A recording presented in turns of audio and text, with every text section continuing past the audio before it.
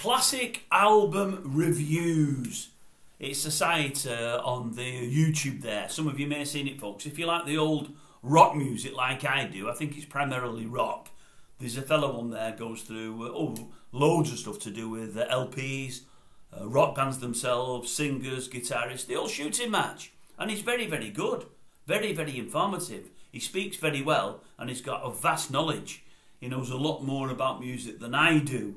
He did something the other day I noticed, and that's the point of this video. He did the top 10 live LPs of all times by rock bands. I've got my top 4 or 5, and he put sort of 3 or 4 of my top 4 or 5 in there. He had one in there that really surprised me. I didn't think he'd have it at all. I didn't think he'd know who they were. More of that in one moment. But anyway, he does this stuff, and I'm thinking, God, you are clever. And he's just talking, and he'll talk about an LP, and he'll tell you his favourite 3 or 4 tracks on there, and I'm thinking, how does he remember every track that's on every LP? Now, I don't know if he's studied before doing the video, or he's got a prompter there or whatever. If not, his memory must be really, really sharp. I know my favourite bands, and I was thinking last night, there's probably 2 or 3 bands where I can think of 2 or 3 LPs of each of those bands where I know virtually every song off each. I wouldn't be able to tell you them all, but if you said, what song is that one off, I would know.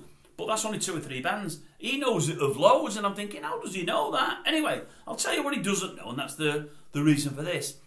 He did the top 10 live rock LPs of all time, and one that he put in there, which surprised me, was an LP by the very, very, very great, and I would suggest vastly underrated, apart from those that know them, UFO.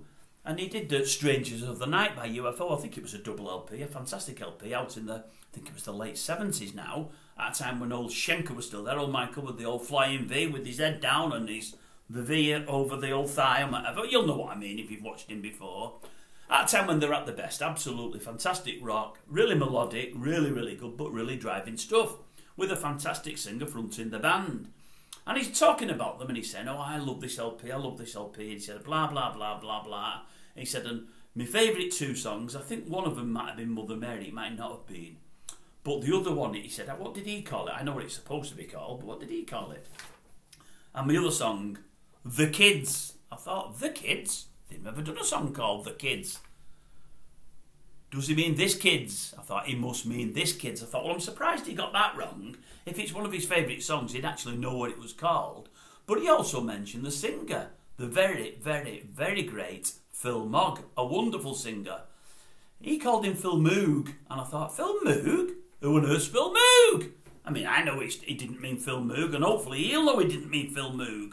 But I would have thought he would have got that one right. I mean, fantastic vocalist, very unusual name, Mogg. It's not something I've heard many times before. Only probably attributed to cats. That's probably all Mogg is. Not heard it as a grown-up before. But Moog, Mogg, totally different. Totally different.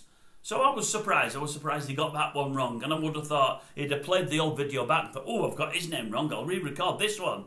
Very disappointed I was because, I say, the guy's normally on the ball, but that part wasn't very good. Anyway, I'll leave it at that. I hope you get to see it. And get it corrected, man. Get it corrected. Because you're very good. But when somebody like myself likes old Phil Mogg, one of my best mates, old Phil Mahoney, old Phil Mahoney, that's his favourite band. He's actually met him. He'd be very unhappy if he was having his cornflakes one morning watching your review and you mentioned Phil Moog. They'd be going everywhere, man. He'd spit them out everywhere. Get it sorted, Phil Moog.